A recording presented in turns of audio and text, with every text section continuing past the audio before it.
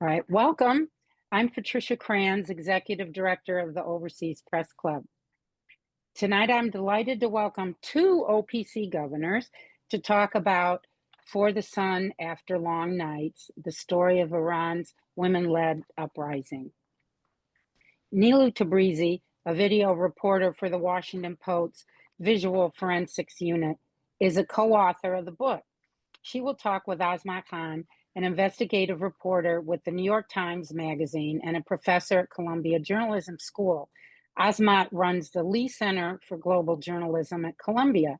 Tonight's program is co-sponsored by the OPC and the Lee Center, so thank you, Asma.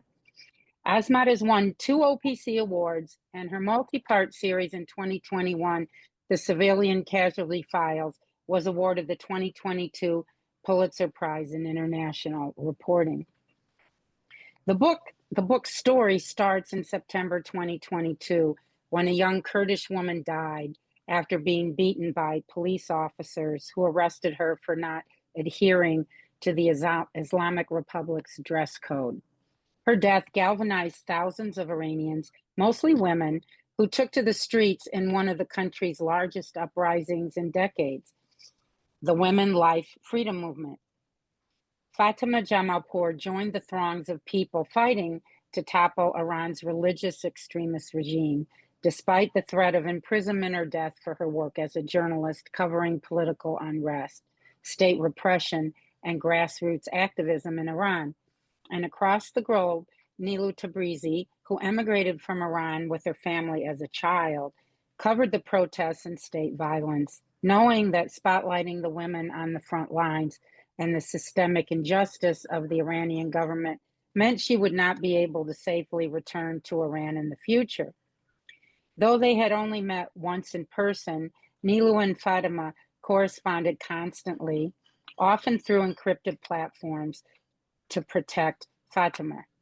As the protests continued to unfold, the sense of sisterhood they shared led them to embark on an effort to document the spirit and legacy of the movement and the history, geopolitics, and influences that led to this point. At once deeply personal and assiduously reported, For the Sun After Long Nights offers two perspectives on what it means to cover the stories that are closest to one's heart, both in the forefront and from afar.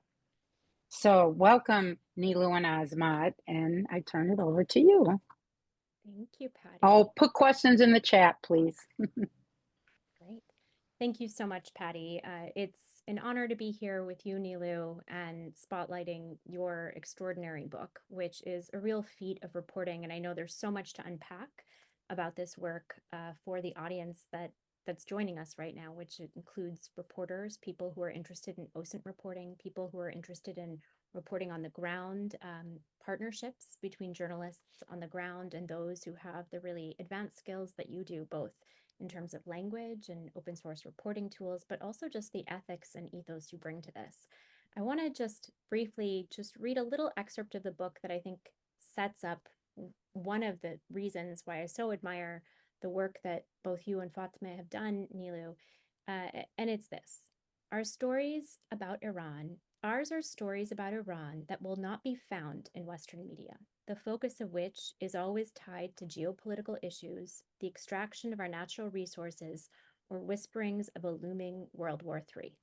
And I think that this really reflects the intent and desire that both of you brought to this book, the fact that both of you are Iranian women journalists who bring an enormous amount of talent and skill to telling this story beyond narratives and others' efforts to co-opt the woman life freedom movement, and to really dig deeply into the stories of culture, the stories of memory, the stories of resistance, putting these women front and center, what's at stake for them, and also situating this within the context and history and the lineages of revolt that you do. And it's just really compelling storytelling. For those of you in the audience, I'd love, especially as you're listening to this conversation, if you have questions, please pop them into the chat. I'll work them in, especially if they're relevant to what we're talking about at the moment, but we'll also have, a more overt Q&A portion at the end as well.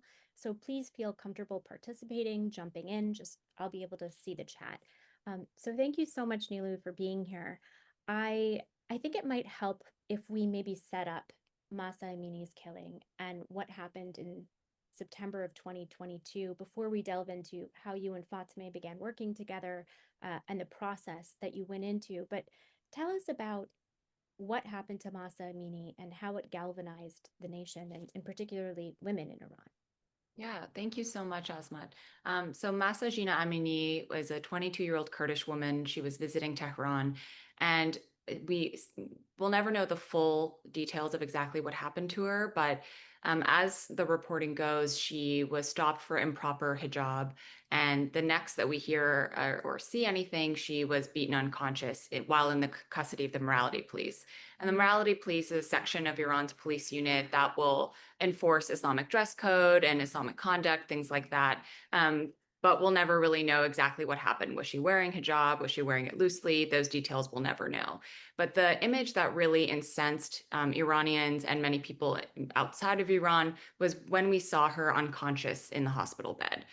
She was in an ICU at the Kasra Hospital. She had dried blood on her ears. Her face was swollen. Like it was really, even when I think about it now, it's almost 3 years since she was killed. I have a deeply emotional, reaction to it. So once that image was posted, the story really went off.